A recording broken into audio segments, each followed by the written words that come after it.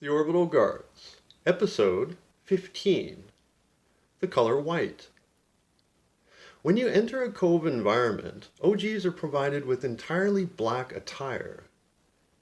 When you're in the locker rooms, everything your heart desires is available to you to try on and experiment with.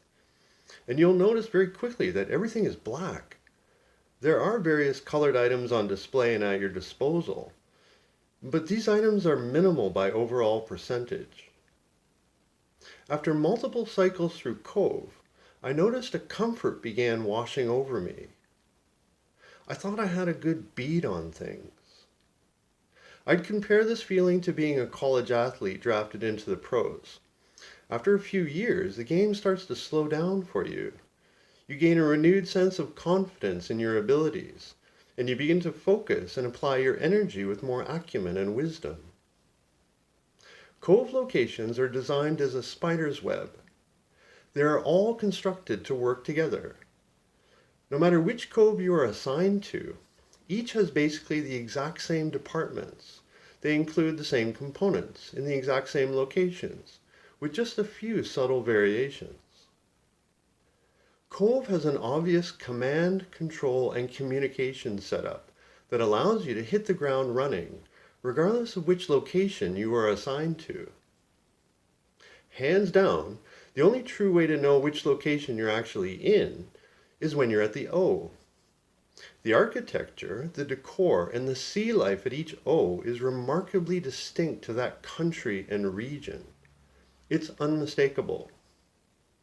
After several years cycling through Cove, my reality hopper was once again about to be shaken and stirred. I was about to be introduced to Panda Mode.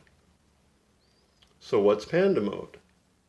Well, simply put, Panda Mode is Cove 2.0. When the frogs deem you ready, a large group of them will approach you.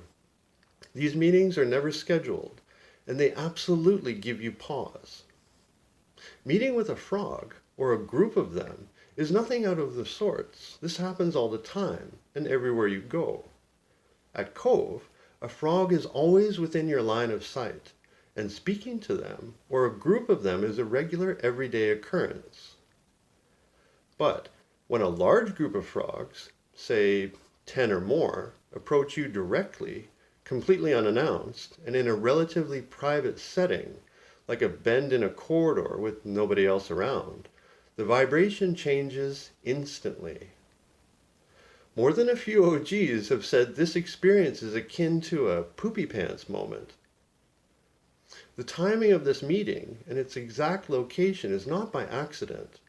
Everything happens for a reason at Cove, and this meeting was clearly planned well in advance. The frogs waited patiently and monitored my body language as I scanned the area looking for a sign or a signal of what was going on. Soon enough, I picked up on one of the frogs holding a white t-shirt behind their back. Once this was noticed, one of the green mystics stepped forward and raised their arm towards the wall. This gesture deactivated a hologram, and a large door was revealed, approximately 8 feet tall by 5 feet wide. This door led to Panda Mode.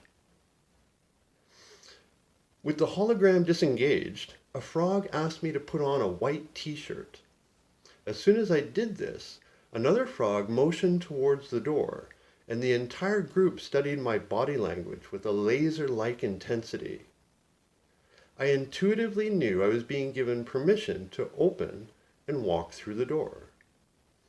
There was no paperwork involved. There was no celebrating or hazing. Not even a single word was spoken. I was granted access to a secret doorway and given the approval, clearance, and personal choice to open it when I felt I was ready. Now, here's where things got interesting. The moment I stepped through that doorway, I found myself looking at another large group of frogs, and the environment looked identical to the locker rooms. It was very familiar, and I felt a great sense of relief. When I scanned the room, I did notice one very important difference. The OGs in this locker room were all wearing a different percentage of black and white. Some were in all white clothing with black patches on their knees and elbows. Others were walking around in all black with white bootlaces or a white pocket on their shirt. Everyone I saw had a slightly different combination. No two were the same. Israel was there, and once she noticed I had absorbed the new mapping, she motioned to me that it was time for a chat. She explained to me that the white clothing the folks were wearing represented that individual's connection to the Schumann resonance, the very frequency of Mother Earth. When she said this, I felt as if my jaw had hit the floor. Even though I was fully clothed, I felt completely naked in front of my peers. I had a galvanic skin response, and the goosebumps were impossible to hide. Israel looked at me with a knowing grin and pointed to an empty stall just a few steps away. As we walked over, I noticed that my nameplate was already on it. As we took a seat, Israel began to explain the next color change that I needed to embrace. For years, I was used to grabbing clothing that had a certain color or accent to it.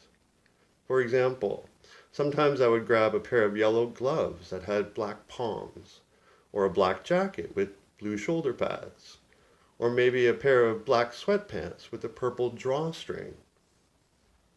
As it turns out, these color choices were very, very important.